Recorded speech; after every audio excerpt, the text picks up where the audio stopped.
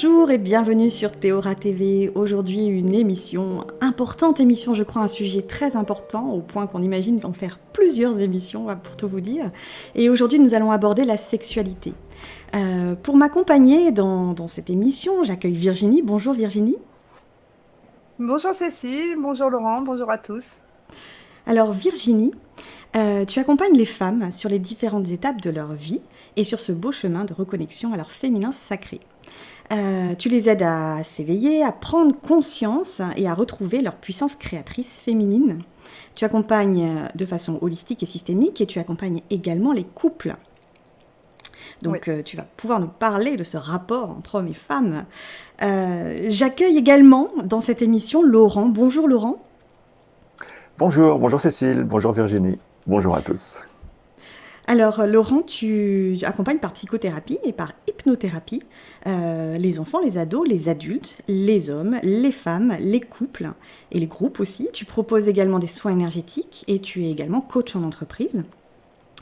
Et donc ton but est de les accompagner vers l'expression de leur plein potentiel, mais effectivement tu es sensible à cette question de ce rapport entre les hommes et les femmes et qui finalement répond à notre potentiel personnel. Donc je te remercie d'être ici pour parler de ce sujet-là.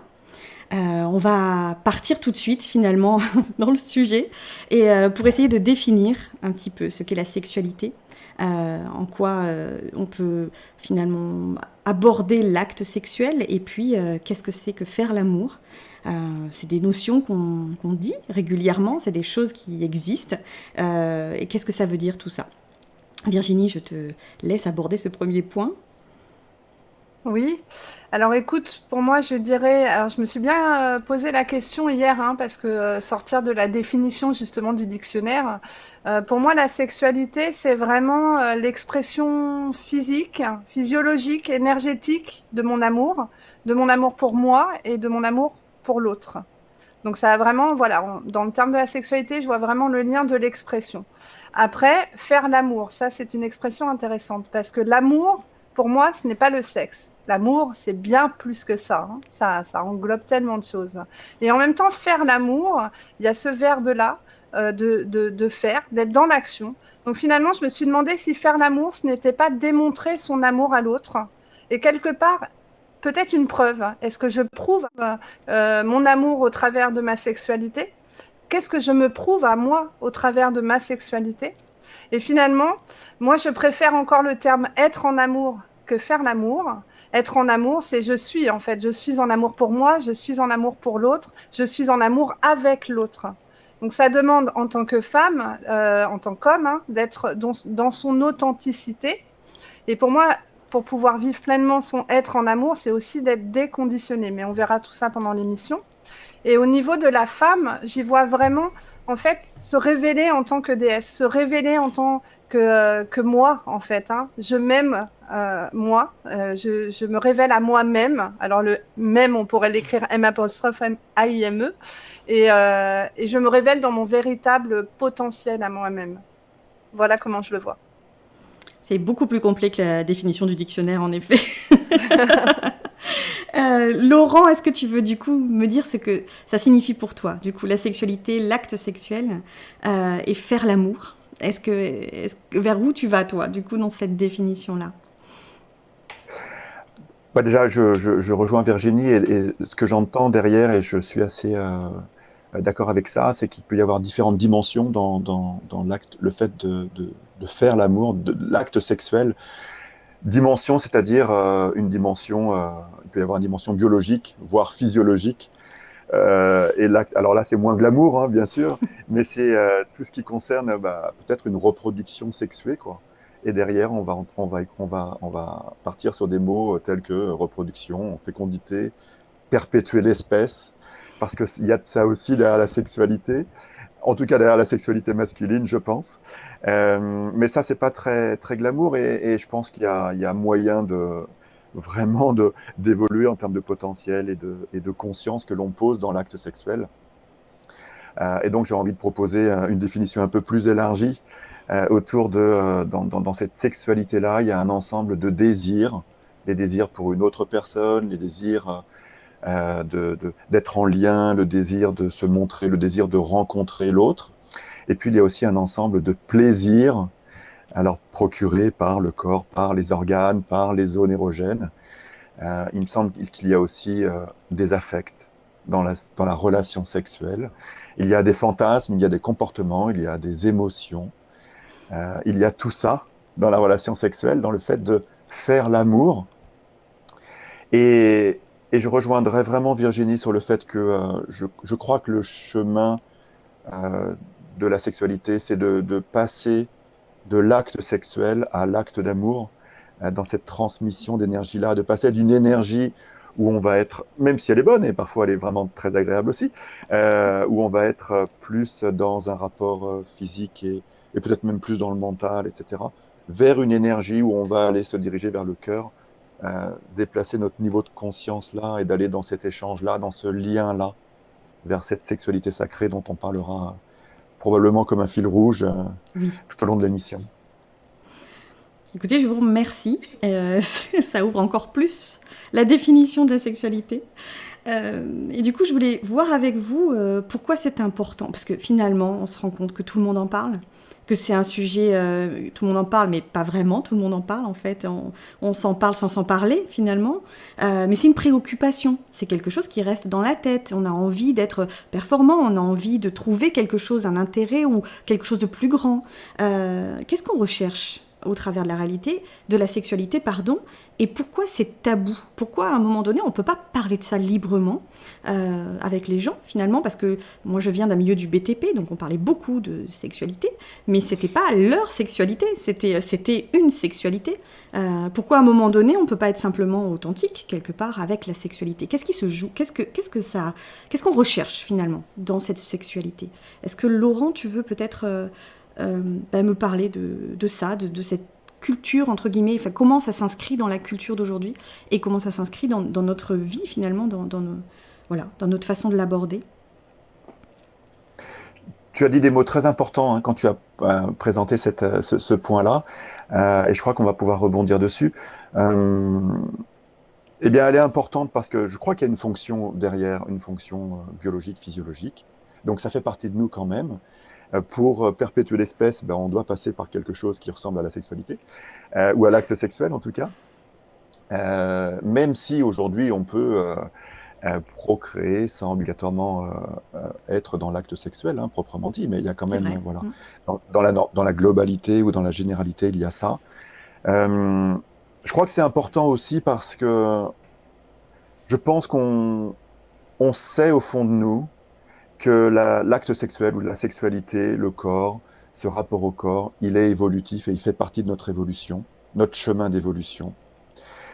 Et je pense qu'on le sait quelque part, qu'on a plus ou moins accès à ça, ou que j'ai plus ou moins accès à ça, je vais parler pour moi, mais qu'en même temps, je sens que c'est un chemin d'évolution, et c'est un chemin d'évolution parce que la sexualité parle de moi, parce que la sexualité parle de là où j'en suis, dans mon rapport au monde, mon rapport aux autres, mon rapport à moi-même, mon rapport au corps, mon rapport à l'intimité, mon rapport à plein de choses.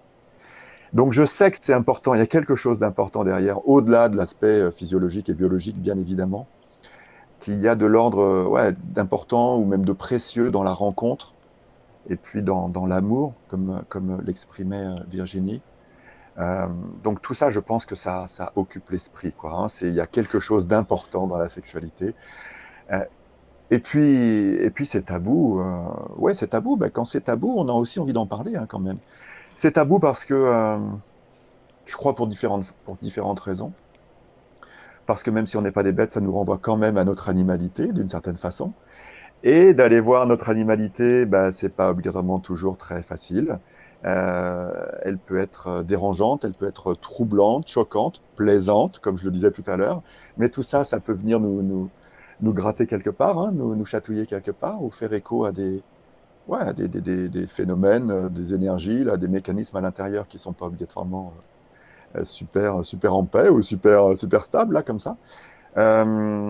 C'est aussi le péché originel, la sexualité.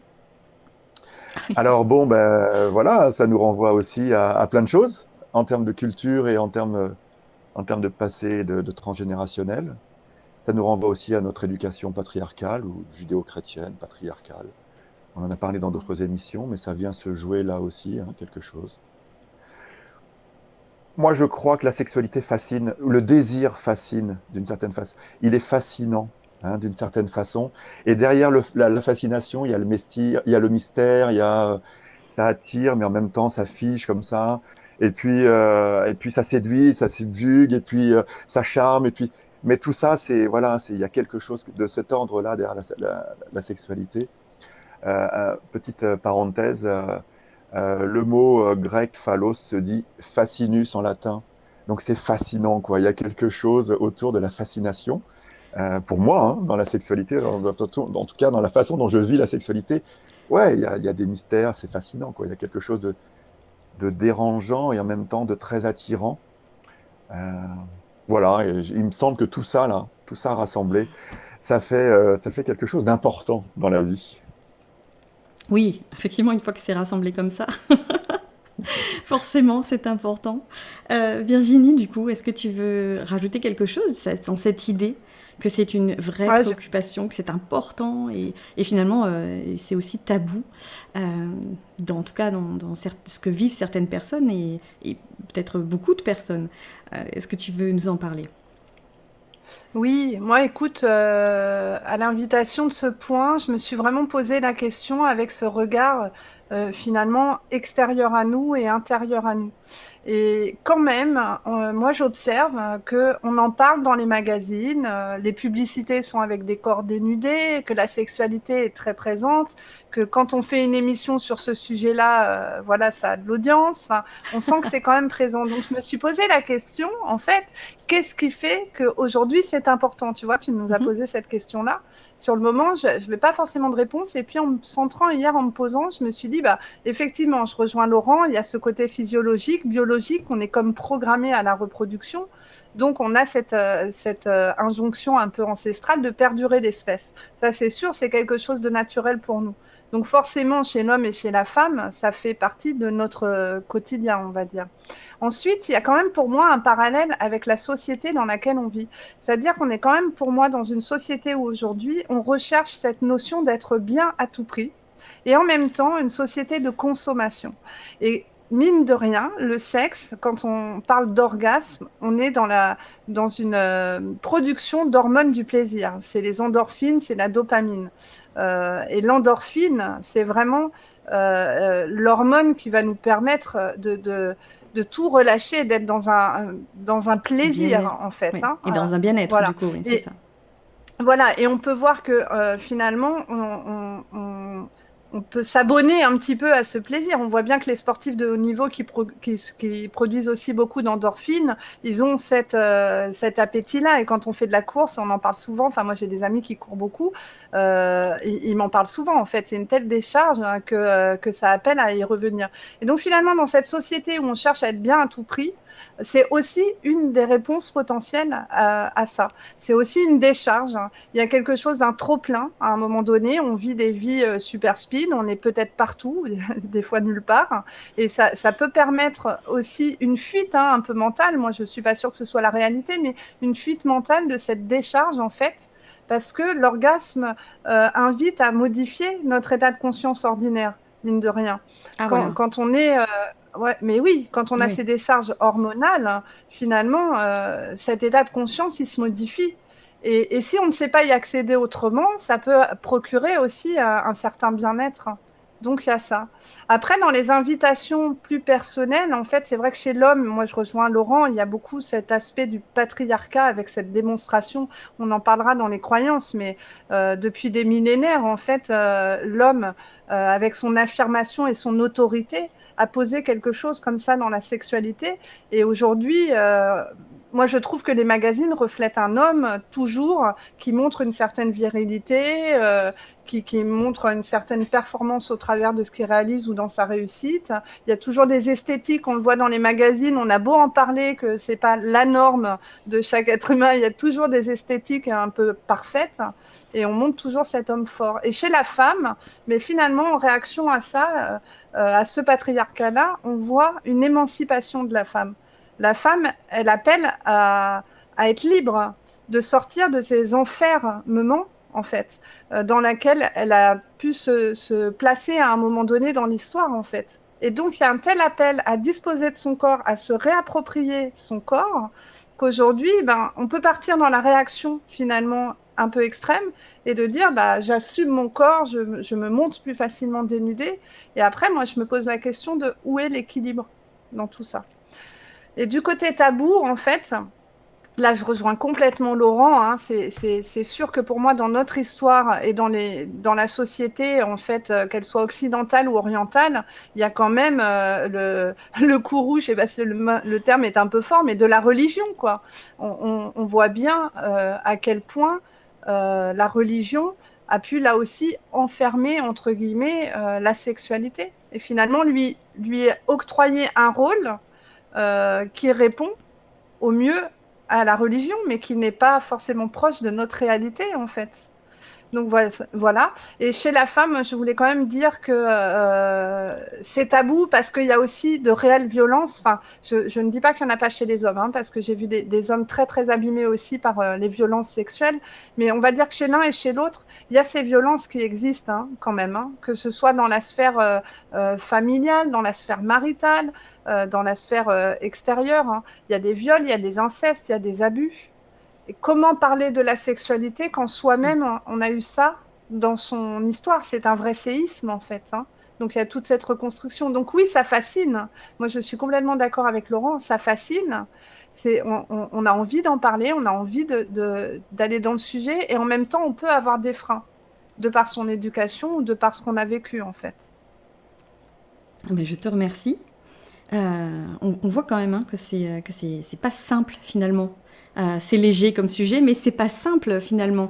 C'est pas donné facilement, alors que finalement un acte sexuel, ben voilà, on a deux personnes de sexe opposé ou de même sexe, peu importe. Il y a quelque chose qui vient réveiller dans le corps un désir, pouf paf, ça se fait, et c'est simple ça pour le coup. Et pour autant, il se joue derrière des choses qui sont parfois pas simples du tout, voire graves, voire effectivement lourdes. Donc c'est complexe comme sujet, mine de rien. La sexualité, c'est pas simple, voilà, c'est pas simple. On va essayer peut-être maintenant de rentrer un petit peu plus, on va séparer un peu les hommes des femmes, parce que je pense qu'on ne fonctionne pas tout à fait de la même façon à ce niveau-là. Laurent, est-ce que tu veux commencer par nous parler de la sexualité de l'homme ?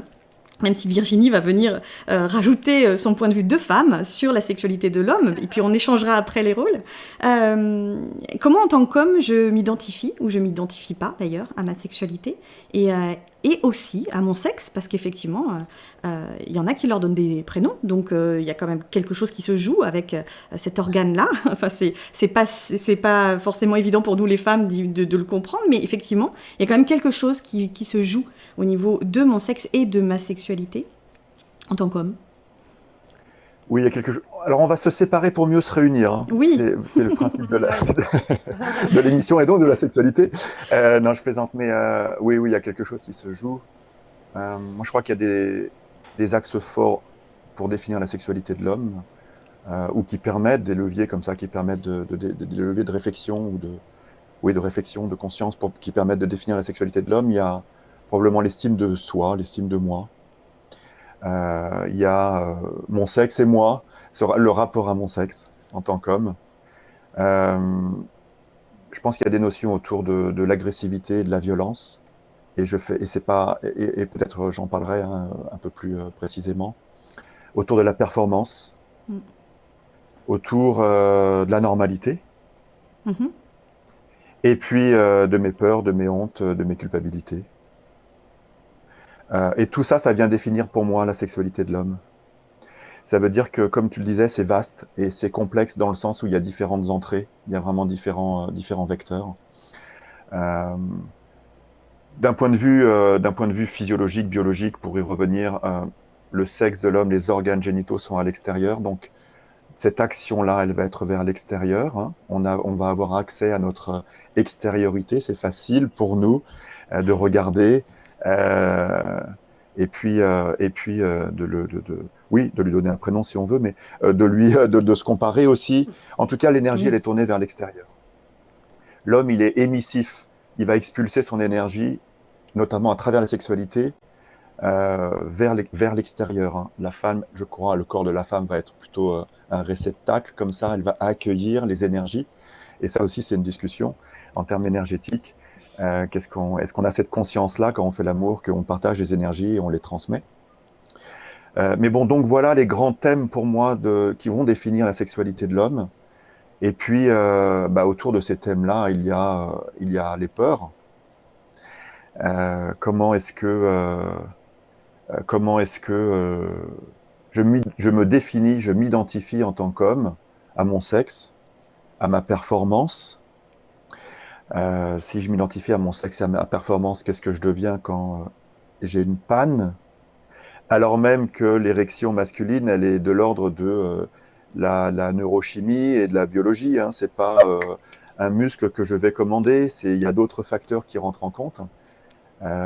Donc tout ça, ça va se jouer. Mais on va revenir peut-être sur les peurs et ses croyances et autres. Dans ma sexualité masculine, je vais être aussi identifié ou défini par mon éducation, cette éducation patriarcale. L'homme prend, la femme se donne. Alors oui, Oui. quand je le dis comme ça, c'est pas très glamour non plus, mais peut-être que ça vient quand même nous définir un petit peu et que c'est là quelque part présent. Euh, et puis, euh, et puis j'ai envie de parler de cette notion d'agressivité parce que moi j'en entends beaucoup parler dans les personnes que j'accompagne, à la fois les hommes et les femmes. Quand je parle d'agressivité, je parle bien sûr d'agressivité saine. L'agressivité, en latin, c'est aller vers. C'est dans un sens positif, c'est un élan vital. Aggressere, c'est aller vers. C'est un élan vital pour vivre, pour conquérir, pour s'affirmer. C'est un désir de contact, c'est un mouvement vers l'autre.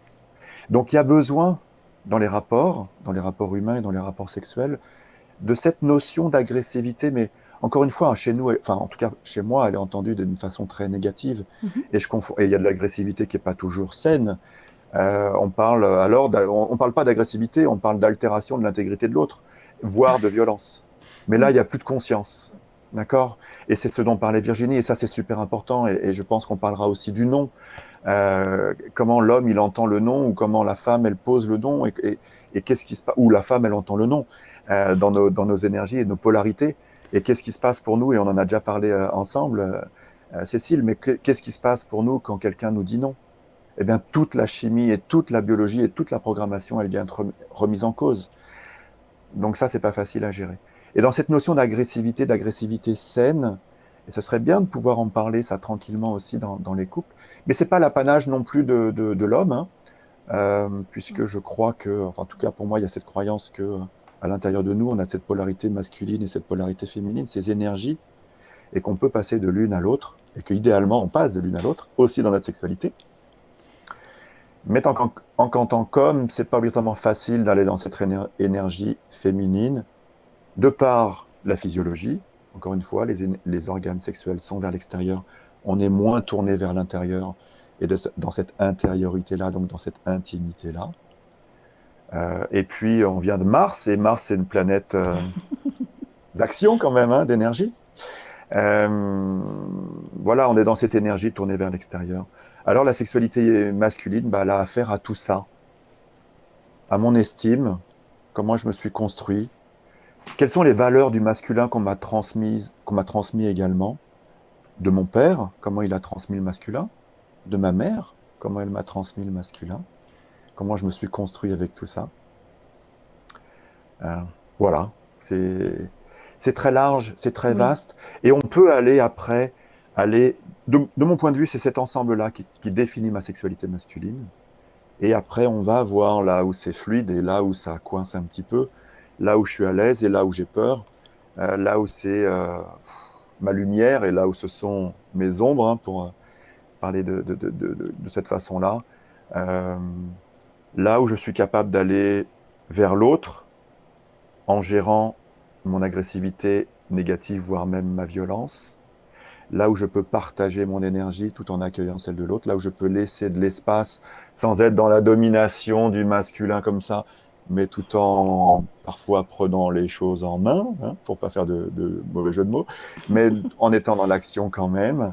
Bon, tout ça, ça se joue hein, dans la sexualité masculine, pardon, mais c'est un lapsus révélateur parce que je pense que d'une certaine façon, ça se joue aussi sur certains points dans la sexualité féminine, bien sûr, mais Virginie, elle va nous en dire plus, va nous éclairer là-dessus. Mais du coup, Virginie, donc je te remercie Laurent. Virginie, du coup, toi, comment tu vois la sexualité de l'homme? C'est ça aussi qui m'intéresse, c'est ce regard croisé de la femme et de l'homme sur la sexualité de l'autre aussi.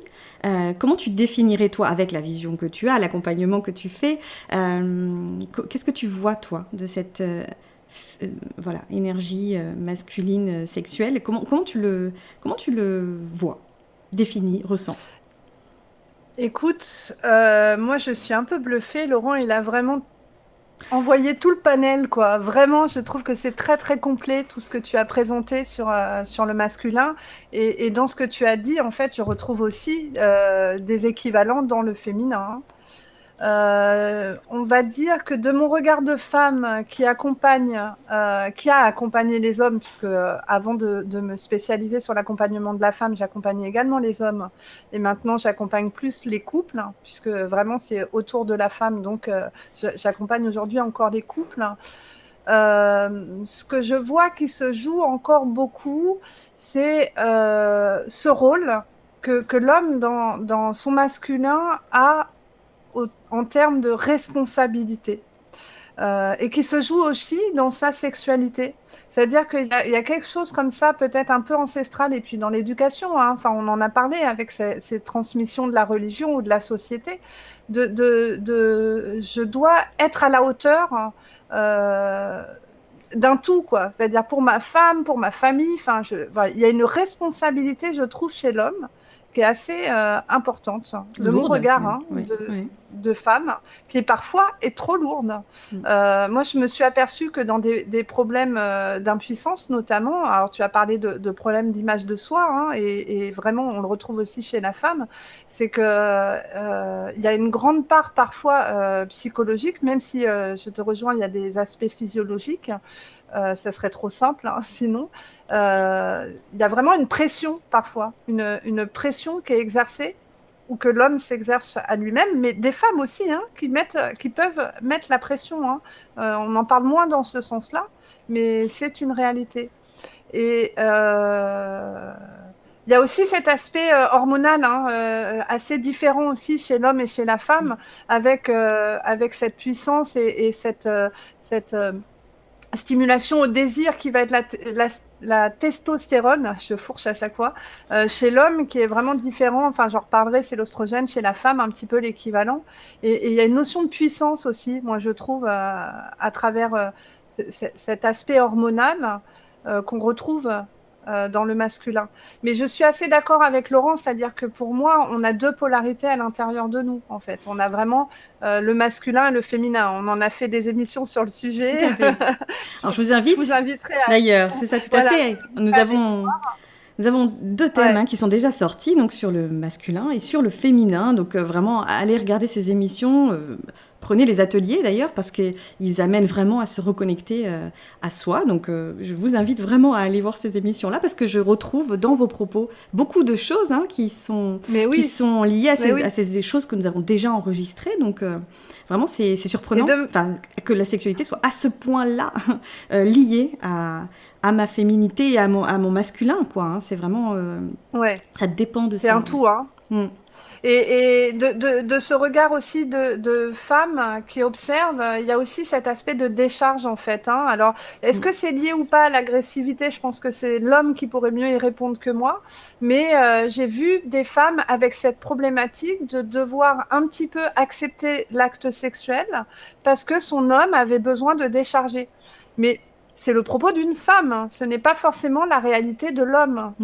Mais c'est intéressant parce que je pense que ça rejoindrait cette voie de l'agressivité que tu parlais, qui n'est pas forcément négative, hein, qui peut être très positive. Mais en tout cas, ça m'a interpellée. Puis il y a l'aspect de virilité et de performance toujours qui revient, en fait, où je sens ça, en fait, chez des hommes que j'ai accompagnés en psychogénéalogie intuitive, quand on est allé voir les arbres. Hein. Alors effectivement, dans les deux cas, on est très influencé par nos lignées d'hommes et de femmes. Pas seulement notre sexe, hein, c'est les deux qui équilibrent. Et j'ai pu voir ça, en fait, chez les hommes, quand parfois, il y a un poids à être l'homme fort, en fait, hein. Et certains ont même rejeté tout ça, c'est-à-dire que ils vont plutôt fuir ce rôle-là, mais finalement, c'est toujours en réaction à Oui. ça. Et je pars dans l'autre inverse, en fait, finalement. Je décide de laisser la femme complètement gérer, je me mets complètement en retrait, mais finalement, je suis toujours pas à l'équilibre, parce que même dans la sexualité, en fait, je vais pas retrouver mon équilibre. Bah, écoute, je te remercie. Oui, c'est finalement, on se croise hein, dans nos regards. Euh, Mm. la femme, finalement, bah, elle voit aussi tout ce que l'homme vit, mais elle l'interprète avec ses prismes à elle. Mais effectivement, on comprend que ce sont les mêmes choses qui sont vécues, et après, c'est peut-être l'interprétation. Et on va aller aborder peut-être maintenant un petit peu la sexualité de la femme. Je vais interroger Virginie, puis ensuite, je reviendrai sur Laurent pour qu'il me dise de son point de vue d'homme, en tout cas du point de vue des hommes, comment il voit finalement la sexualité féminine. Et puis, après ça, on ira aborder cette question du nom, parce que on va pas l'aborder tout de suite, mais on va l'aborder juste après, parce que je pense qu'elle est primordiale, cette question. On en a déjà parlé avec Laurent, effectivement, lors d'un atelier. Mais c'est quelque chose qui, à mon avis, est une source d'incompréhension totale. Je pense. Et ça peut jouer beaucoup de tours dans la sexualité, justement, ce nom. Donc Virginie, du coup, est-ce que tu veux nous parler, cette fois-ci, de la sexualité de la femme ? Alors, la sexualité de la femme, est-ce que je m'identifie à ma sexualité ? Et qu'est-ce qui se joue pour moi, en fait ? Qu'est-ce qui vient se révéler à moi de là où j'en suis, de qui je suis ? Comment ça se passe, en fait ? Alors écoute, ce serait pareil que Laurent, c'est-à-dire que j'aurais envie de commencer par l'estime de soi parce qu'il y a vraiment un parallèle et une construction de là où j'en suis et j'irai plus loin. Il y a aussi ma confiance en moi et l'affirmation du moi, vraiment, tout ça qui se joue dans ma sexualité. J'allais le dire, donc c'est formidable que ce soit un homme qui en parle avant, mais je vois ça aussi, en fait, je vois plus la femme comme réceptive. Et de par le fait, effectivement, ces organes sont intérieurs. En fait, nous, tout est à l'intérieur. Hein, et en voyage ou en métaphore ou en travail avec le corps de la femme, je parle souvent de l'antre de la femme. Ça peut être une grotte, enfin, ça peut être une caverne, ça dépend vraiment des représentations de chacune, mais il y a quelque chose à l'intérieur. Et j'en ai parlé dans l'atelier, les 2 ateliers sur le féminin, il y a aussi cette notion de chaudron, hein, en fait. Hein, il y a tout qui bouillonne à l'intérieur. Et donc, c'est ce rapport, en fait, que j'ai développé avec mon sexe, avec mon corps, et qui n'est pas forcément évident pour toutes les femmes, parce que justement caché, parce que justement à l'intérieur. Donc, on voit bien comment l'éducation et le poids de la religion, parfois, peut avoir empêché finalement cette connexion à son sexe. Et au-delà de ça, cette connexion à son corps. C'est-à-dire que, effectivement, comme disait Laurent, le sexe de l'homme, il est extérieur, on le voit, on se baisse, on le voit. La femme, on regarde, on ne voit pas. Oui. Ça va demander une réelle introspection, peut-être aller prendre un miroir, aller observer. Mais pour pouvoir avoir ces gestes-là, il faut pouvoir être libre et OK avec ça, qu'il n'y ait pas de tabou, justement, comme on parlait juste avant. Donc, il y a tout ce rapport à son sexe qui est vraiment important chez la femme, d'aller le découvrir, d'aller à sa rencontre. Parce que finalement, tant que je ne l'ai pas réellement découvert et que je ne me connais pas moi-même, c'est difficile de rentrer dans ma sexualité en lien avec l'homme. Finalement, je vais plus répondre aux désirs de l'homme, à ses attentes, qu'aux miens, qu'à mes propres désirs. Il y a le rapport au cycle. Alors là, pour moi, c'est évident, c'est vraiment important. J'en ai fait un atelier. Alors, c'était le lien avec les émotions, mais vraiment, en 1 heure, on va juste survoler, mais on rentre quand même dans cet aspect, en fait, cyclique de la femme et qui est essentiel parce qu'on est vraiment sur un aspect plus lunaire que solaire. Solaire, c'est plus masculin. Donc, finalement, on est sur un rythme journalier au niveau de l'homme, alors que sur la femme, on est sur un rythme mensuel. Et ça va jouer dans la sexualité. Parce que quand on est bien connecté à son cycle, tu as pu en faire l'expérience dans l'atelier, je pense, dans ta vie maintenant. C'est-à-dire qu'on se reconnecte avec nos périodes et dans notre sexualité, on a en lien avec ce cycle des périodes d'ouverture, des périodes de fermeture. Donc on imagine bien que dans ma sexualité, je ne vais pas du tout me comporter de la même façon en tant que femme. Si justement je suis dans l'ouverture, et là, je vais vraiment aller dans un élan vers l'homme, ou si je suis dans une période de fermeture. Et ça, je pense que les hommes ont vraiment aussi à le savoir, mais ce savoir-là vient d'abord de la parole des femmes et de la connaissance de la femme De en la femme. elle-même. Je pense que c'est vraiment essentiel. Que te dire d'autre? Il y a aussi cet aspect maternel, la femme mère. Je pense que mine de rien, c'est très important. Ça aussi, ça remonte de loin avec ce patriarcat. Je n'ai rien contre les hommes, mais c'est un fait. C'est-à-dire que la femme a été aussi positionnée dans ce rôle de mère. Et aujourd'hui, elle porte en elle, parfois, hein, pas toutes, mais elle porte en elle ce rôle de femme mère. Et il y a parfois un élan un peu à aller se libérer de ça. Alors, dans le cycle, on a une période qui correspond à la femme mère, mais sur 4 périodes, on en a une. Ça veut dire qu'il y en a 3 autres à découvrir. Donc, et j'insiste, je voulais juste faire un petit biais, un petit saut de côté, c'est que pour la femme dorée, la femme ménopausée, il y a peut-être plus ce cycle réglé en fait qui se présente, mais il y a quand même toujours ces aspects de cycle, hein, quand même. Donc, c'est important de se dire si on regarde cette émission et qu'on est maintenant femme dorée, femme ménopausée, ça nous concerne quand même, hein, même si on n'a plus de cycle. Donc il y a ça, cet aspect femme-mère, et puis il y a aussi cet aspect horloge biologique, mine de rien. Chez la femme, moi j'ai pu l'observer, il y a quelque chose comme un tic-tac là qui avance et une problématique, je ne sais pas, ça c'est Laurent peut-être qui pourra en parler pour le masculin, moi je ne l'ai pas eu dans mon cabinet, mais en tout cas chez la femme, se réveille à un moment donné ce besoin aussi d'être dans la maternité, mais dans son corps. Alors il y a des femmes non à l'inverse, et c'est très bien aussi, et tout est ok, c'est-à-dire qu'ils ne sentent pas le désir maternel, et il y a d'autres femmes qui, à un moment donné, avec l'horloge biologique qui tourne, avec la conscience que peut-être je ne pourrai plus avoir d'enfant, ça réveille quelque chose et ça a un impact aussi dans la sexualité, hein, vraiment très fort. Hein.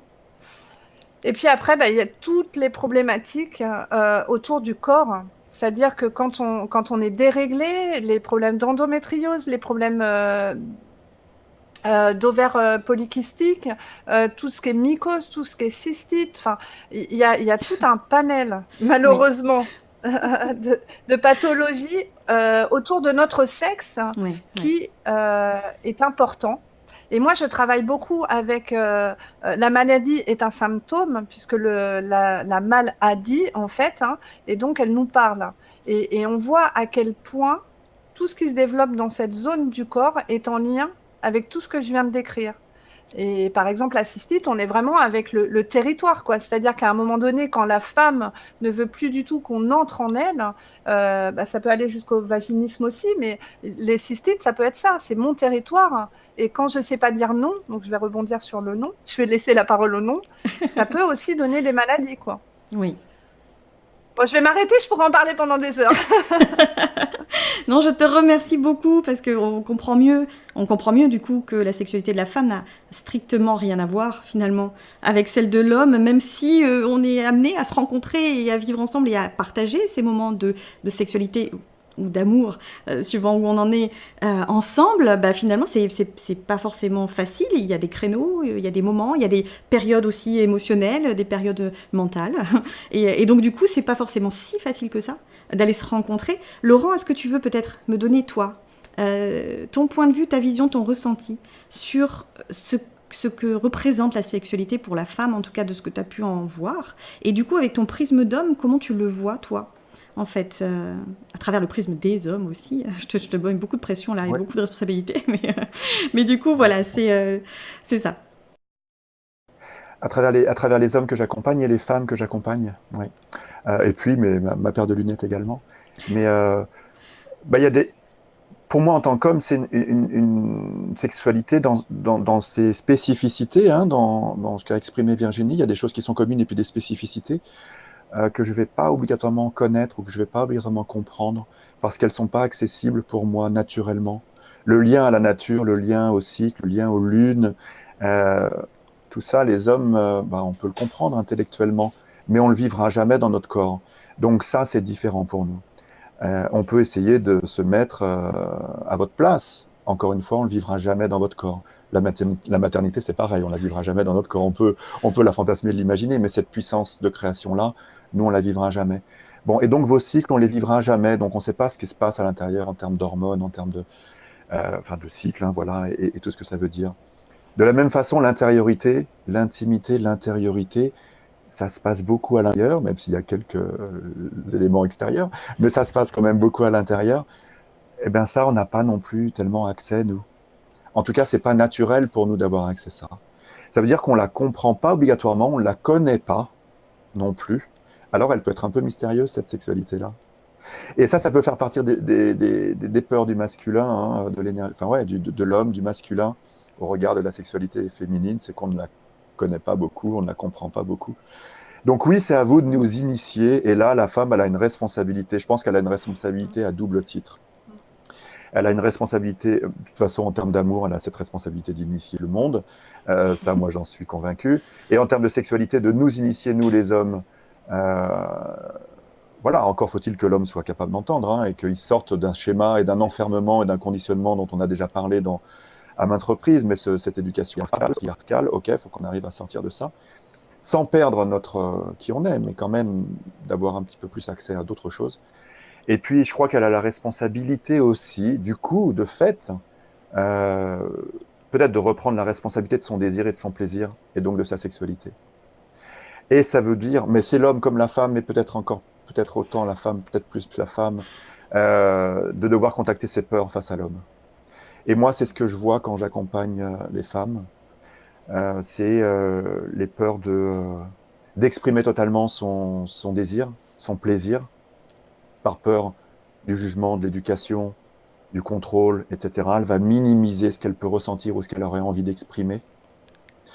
La peur de la soumission au désir de l'homme, vous l'avez cité toutes les deux, et moi je le rencontre aussi, je le rencontre chez les femmes que j'accompagne. La peur d'être un exutoire. Et oui, il y a de l'ordre de l'émissif chez l'homme, donc je vais libérer des tensions, tu as raison Virginie. Il y a de l'ordre j'ai une fonction reproductrice et je vais en même temps libérer mes tensions, pardon. Donc je suis obligé, je réfléchis même plus, on l'a vu Cécile, je réfléchis plus quand on est dans l'atelier du masculin. Non, c'est naturel, j'ai besoin de faire ça. C'est pas obligatoirement négatif ou violent, ça peut être un peu trop agressif, encore une fois, le curseur de l'agressivité. Et je vais peser mes mots, hein, sur l'agressivité, c'est vraiment une agressivité saine, c'est aller vers l'autre, hein. Vraiment ne pas se tromper, hein. Et il y a la peur d'être aussi un objet de désir, d'être utilisé, d'être manipulé, trahi, cassé, trompé, etc.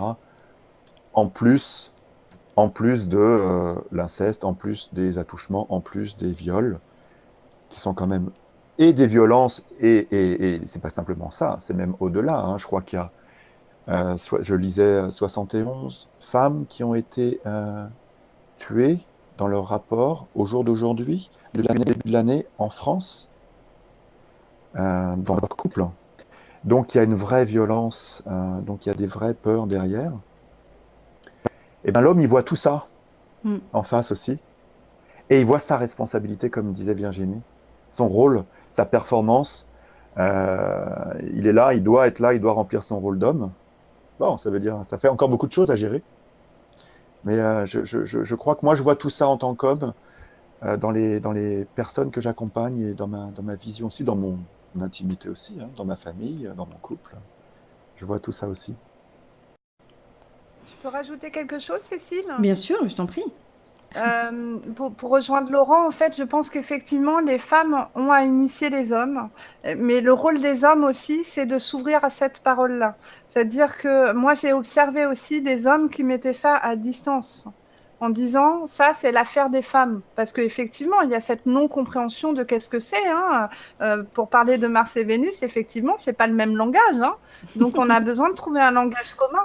Et c'est un peu facile de se dire, oh, elle parle pas ma langue, alors je vais aller m'adresser à quelqu'un d'autre, quoi. Enfin, et donc, ça veut dire qu'il y a une double responsabilité. C'est-à-dire qu'il y a la responsabilité à la femme de se reconnecter à elle, de se reconnecter à son corps pour être en amour pour elle et ensuite avec l'homme. Là, c'est vraiment, voilà, c'est-à-dire, c'est pas en amour pour l'homme, c'est d'abord en amour pour elle et ensuite avec l'homme. Et pourquoi pas de l'amour pour l'homme aussi, hein, l'un n'empêche pas l'autre. Mais pour moi, je le vois vraiment comme ça. Et cette responsabilité-là, elle a à être partagée, c'est-à-dire qu'elle, elle a la sienne, Mais l'homme, pour qu'elle puisse ouvrir ça, pour qu'elle puisse s'autoriser ça, ça veut dire que l'homme doit être aussi prêt à le recevoir aussi. Voilà. C'est-à-dire que chacun, finalement, ils ont un rôle émissif et réceptif et ils ont à changer de colline. Et dire comment, quand j'émets, je deviens récepteur et comment, quand je suis réceptrice, je redeviens acteur. Je pense qu'il y a vraiment cet équilibre-là à trouver. Enfin, si tant est qu'un équilibre existe. C'est jamais linéaire, hein, mais en tout cas, voilà. C'est de pouvoir, dans l'énergie aussi. Et vraiment, j'insiste parce qu'avec la polarité masculine et féminine en chacun de nous, on a cette capacité à aller connecter l'énergie de l'autre à l'intérieur de nous. Ah bon, voilà. Non, mais ça va tout à fait dans le sens de ce que nous avons déjà construit comme émission et comme atelier. Donc, je ne peux que te dire, bien sûr, c'est évident. Et je rajouterais, vraiment après j'arrête, mais vous allez rajouter effectivement, je rajouterais que les 2 ateliers que j'ai faits suite à l'émission du féminin sacré, alors vraiment ces 2 émissions ne sont pas construites que pour les femmes, hein. Enfin voilà, je veux dire, toi en off, il y a un homme qui regarde les émissions. Tout à fait. Et j'ai été très touchée de son retour en fait sur cette compréhension de féminin après les émissions et les ateliers. Et effectivement, moi je trouve que ces ateliers, ils ouvrent les perspectives des hommes et des femmes sur le fonctionnement des autres, hein, de l'un et de l'autre. Mais tout à fait, de la même façon, l'atelier de Laurent sur le masculin m'a beaucoup touchée aussi.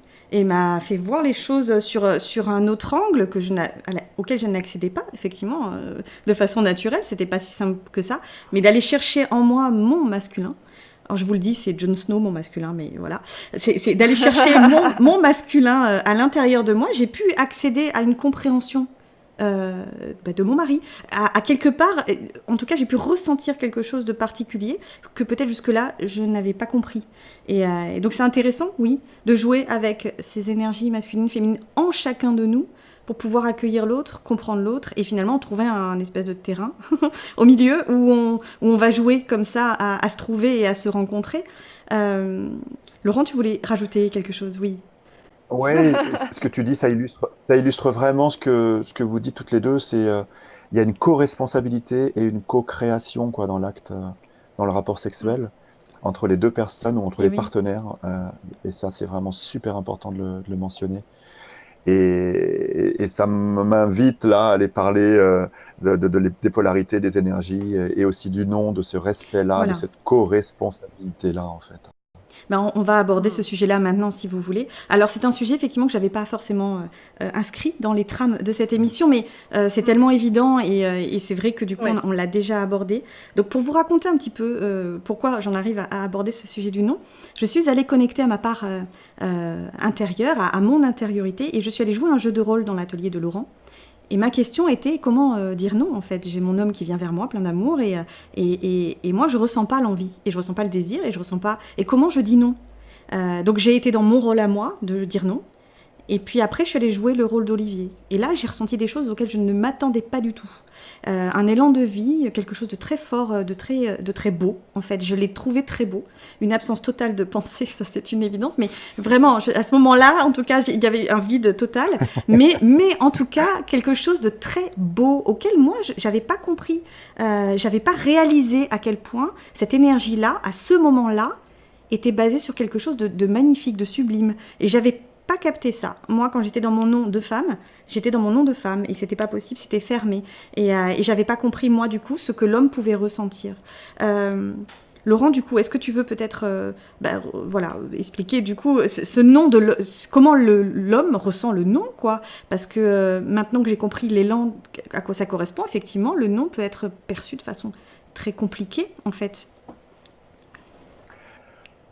Oui, au regard de tout ce qu'on a dit, on voit que le nom, il vient potentiellement remettre en cause le masculin dans sa sécurité ou son insécurité, remettre en cause le masculin dans sa fonction reproductrice ou dans sa fonction de création, dans sa fonction de je dois procréer pour faire survivre l'espèce, et puis aussi dans tout ce qu'on a dit, dans tout ce qu'a mentionné Virginie, à juste titre, dans la performance, dans son rôle.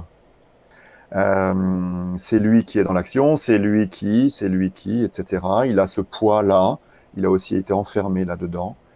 Donc il y a cet élan-là, cette énergie-là, cette testostérone-là.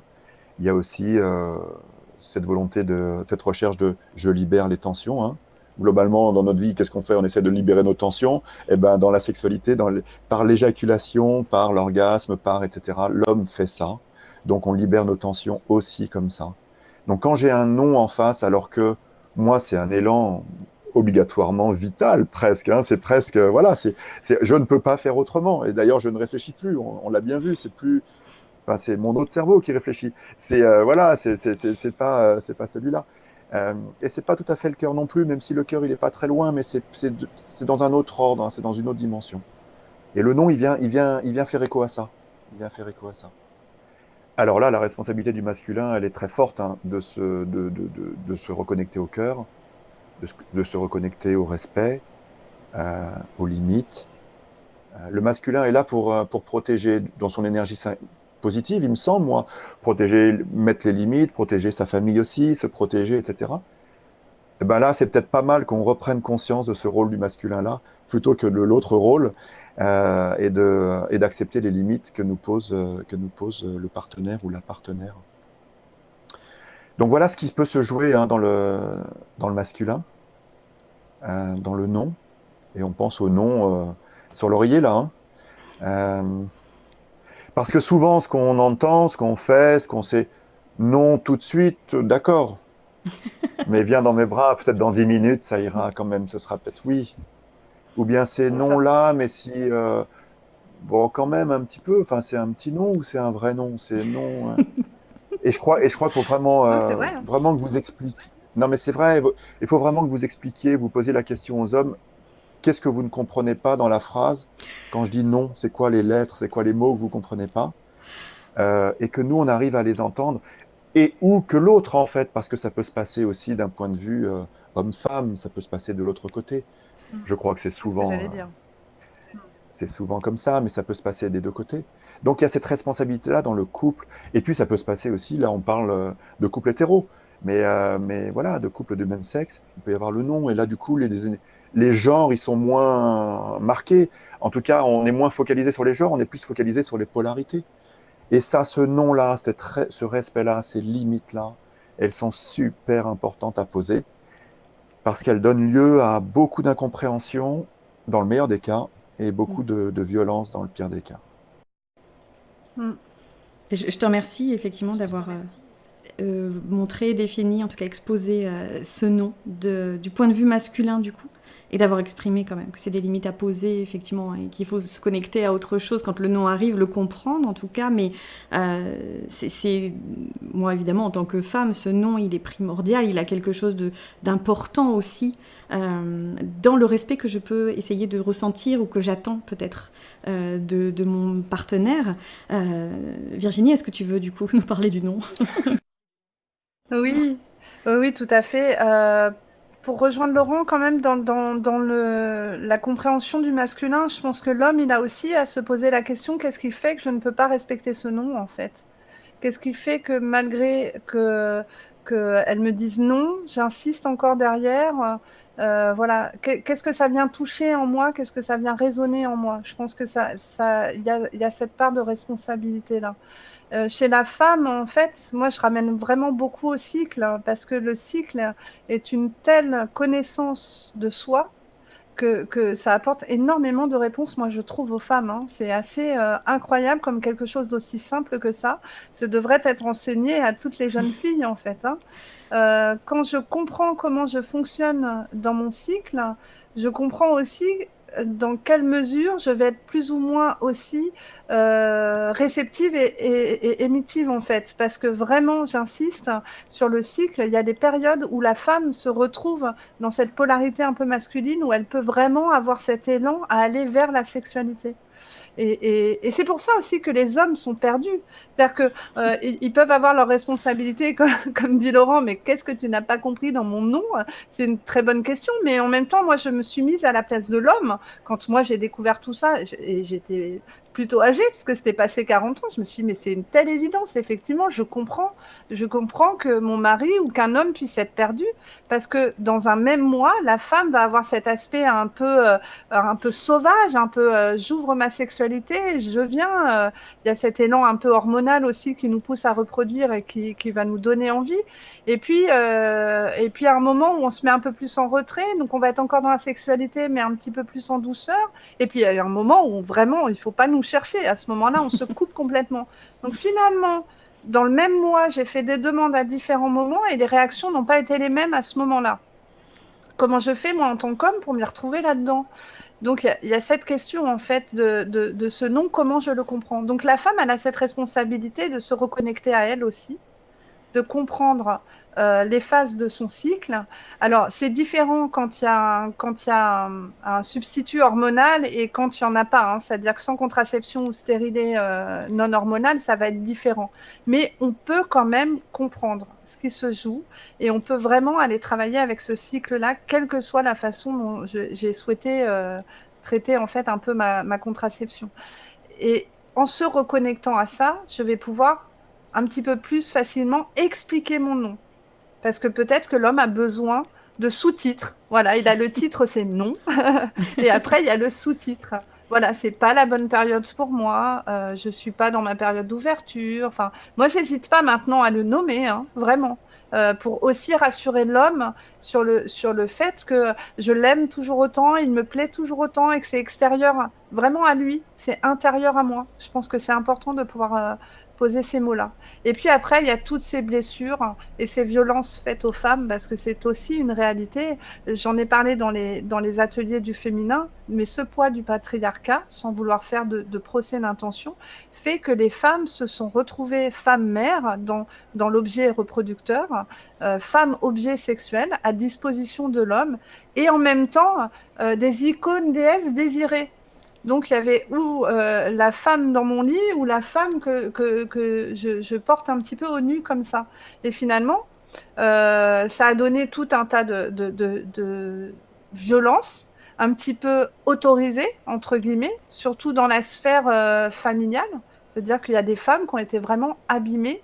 Je le vois, moi, dans mon cabinet. Je le vois aussi en psychogénéalogie. Je vois bien, c'est là où ce serait trop simple de dire c'est à notre étage. Je vois bien en psychogénéalogie intuitive comme ça peut remonter aux mamans, aux grands-mères, aux arrière-grands-mères ou grands-pères, hein, parce que c'est chez les deux, et parfois les oncles, les tantes, enfin ça remonte de très loin. Et donc, ces violences-là, les femmes, à un moment donné, ont cette responsabilité d'aller le regarder en face. C'est pas facile, hein.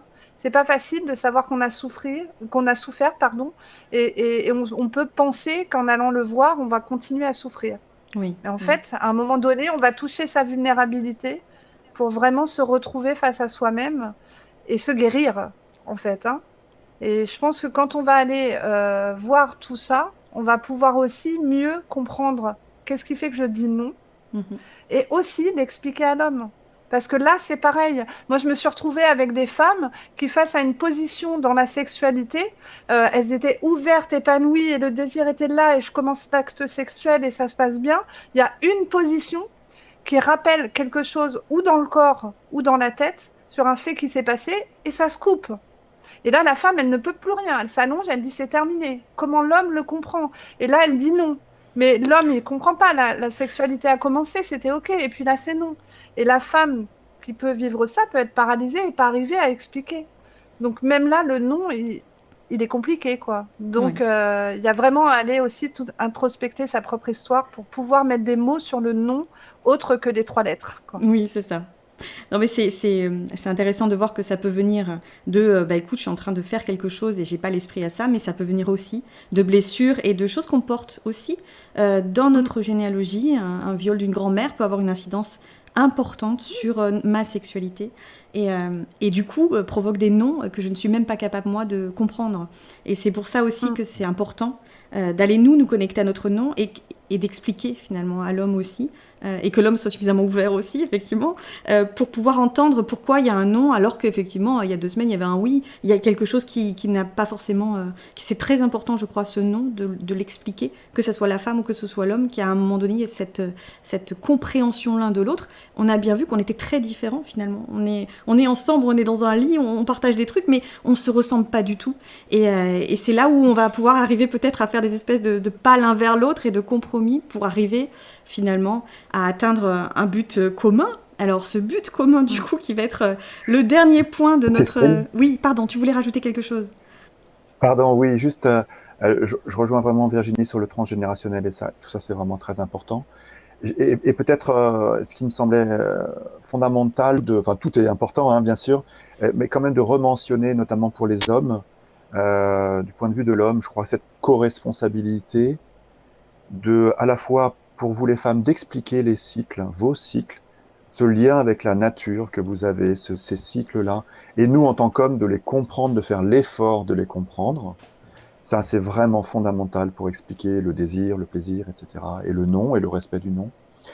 Et puis, ce qui pourrait être intéressant aussi, je crois, important, plus qu'intéressant, c'est peut-être de prendre du temps après l'acte sexuel pour regarder ce qui s'est passé dans le couple, quel que soit ce couple. Se dire, tiens, qu'est-ce qu'on a fait? Comment ça s'est passé? Qu'est-ce qui était bien? Qu'est-ce qui n'était pas bien? Comment on peut apprendre de ça? Qu'est-ce que ça nous permet?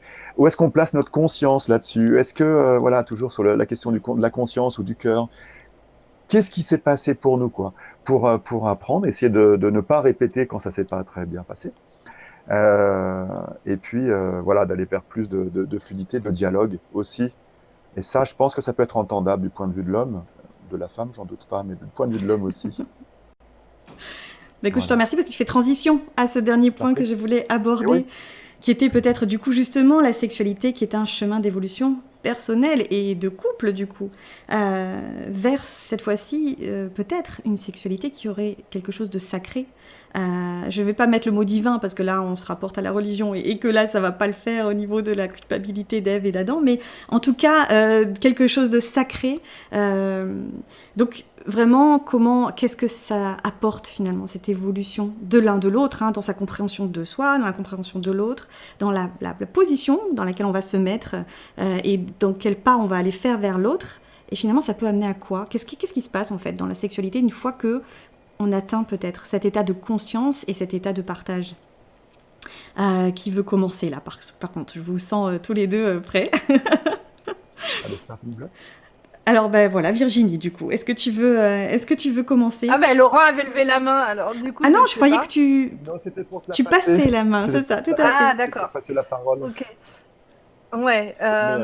Moi j'y vois vraiment une conscience à poser sur une distinction importante entre l'avoir et être. J'en ai parlé en ouverture avec cette dimension de faire l'amour et d'être en amour. Et vraiment, j'y vois en fait cette forme d'ego qui s'est associée à ma sexualité, qui s'est identifiée à comment je vis cette sexualité. Est-ce que je possède? Tu vois vraiment le verbe avoir, quoi. Et est-ce que je le vis vraiment moi, ou est-ce que je m'observe à l'extérieur de moi? Et donc finalement, quand j'arrive à ne plus m'auto-évaluer, à ne plus me comparer, je peux un petit peu me détacher de cette observation du moi, me détacher de l'ego et aller simplement vers ce chemin de reconnexion finalement d'abord à moi-même. Et j'insiste, c'est vraiment M'-A-I-M-E. Hein. C'est-à-dire que je reviens en amour pour moi, donc je reviens dans l'amour tout court, qui va se jouer dans la sexualité. Et là, c'est un parallèle vraiment spirituel, en fait. Pour moi, c'est vraiment un chemin spirituel de revenir en amour pour soi. Et c'est quand on est en amour pour soi complètement qu'on peut être en amour, je pense, vers les autres et vers le monde, en fait, et être une contribution réelle pour le monde. Et donc, finalement, ça passe par la reconnexion au cœur, ce chemin-là, et une reconnexion à l'âme, hein. On entend souvent l'âme magie. Donc c'est la magie, elle passe à l'action, l'âme, et ça devient magique en fait. Hein.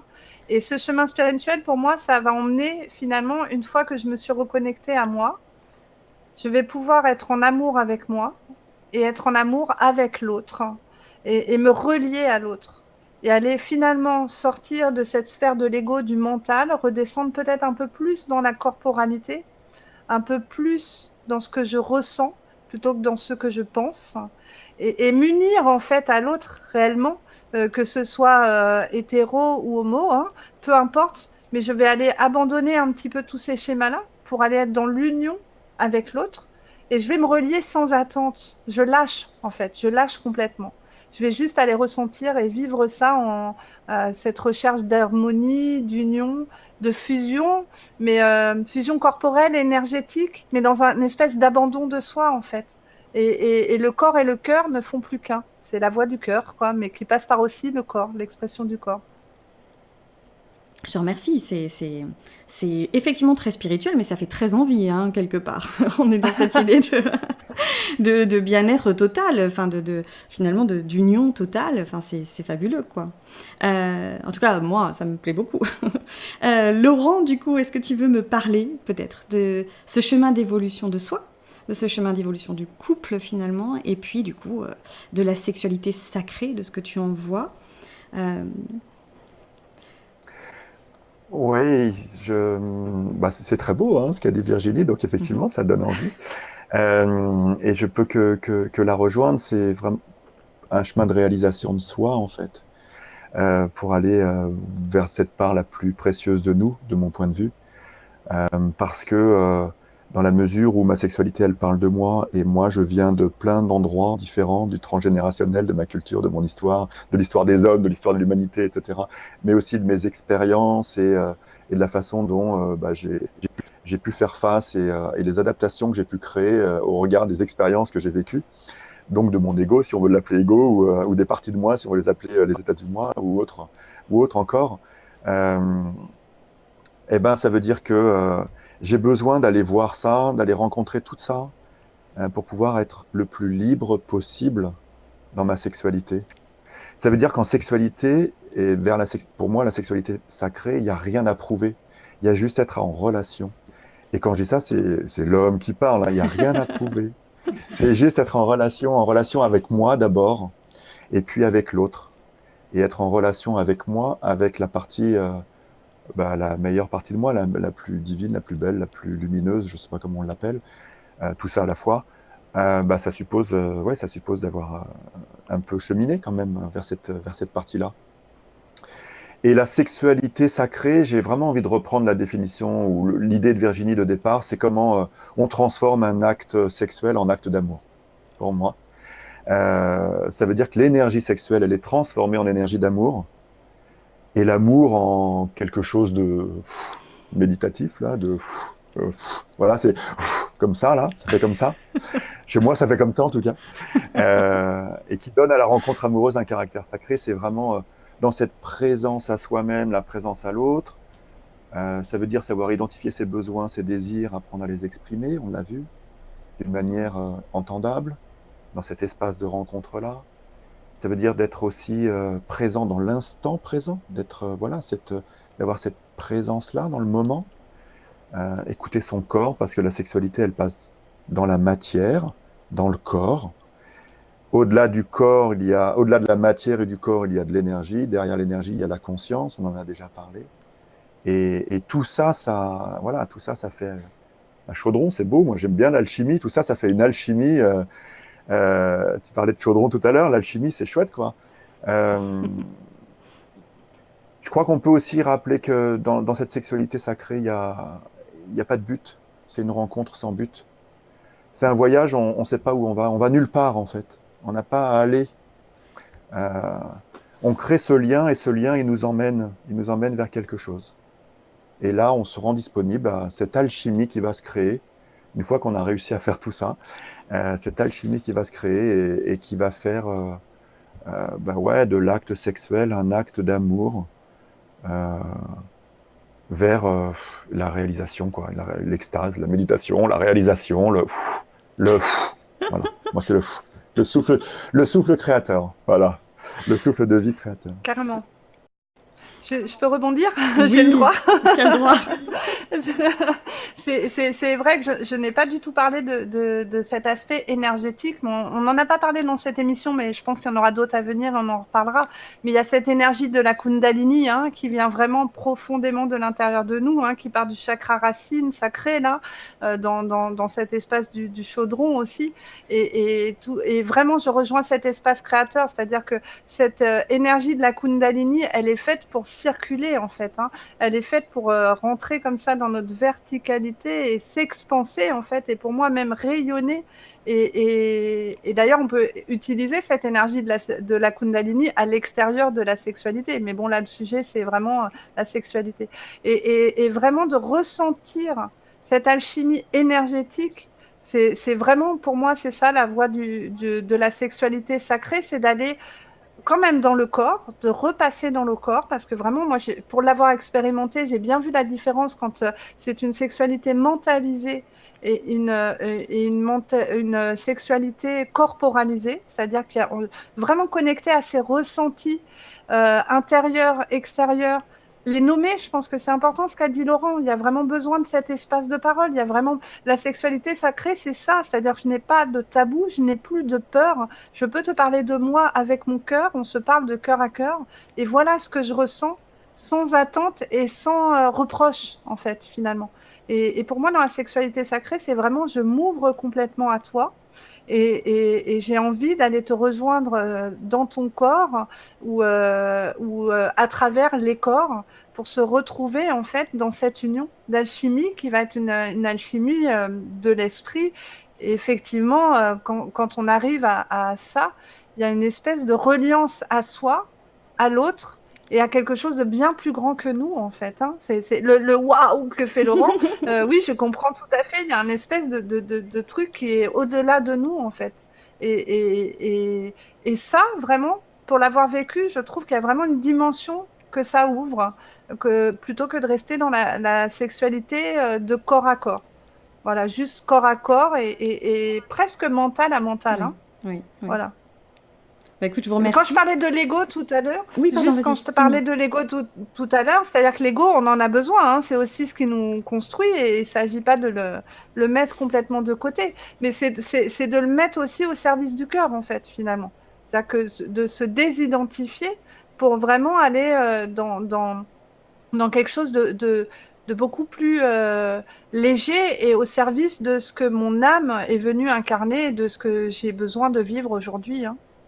Voilà, retrouver mon espace créateur. Oula, eh ben voilà, nous y sommes. Écoutez, je vous remercie. On a pu définir un nouveau mot qui est le comme ça,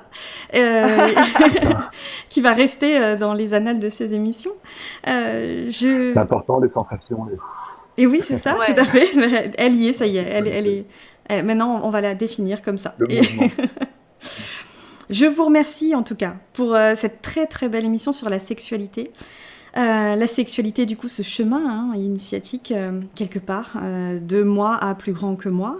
Et puis, effectivement, on l'a abordé, on a vu que de toute façon, la sexualité, c'est tellement important qu'on va aller créer d'autres émissions sur cette sexualité-là, parce que c'est vraiment essentiel, je crois, de connaissance de soi, mais aussi de partage. Et on a bien vu à quel point c'était compliqué à la base, ne serait-ce que déjà. Et puis, il y a quand même tout ce travail à faire, et pour les hommes et pour les femmes, donc de venir aller regarder finalement d'autres sujets de la sexualité avec ces deux prismes-là. Donc je vous remercie beaucoup, beaucoup, et puis je vous souhaite, on vous retrouve évidemment sur des ateliers sur la sexualité, que ce soit avec Virginie ou avec Laurent, et puis je vous dis à très bientôt pour d'autres émissions, et puis pour d'autres ateliers. À très très bientôt. Merci beaucoup à vous deux. Au revoir, à bientôt. Merci, au revoir.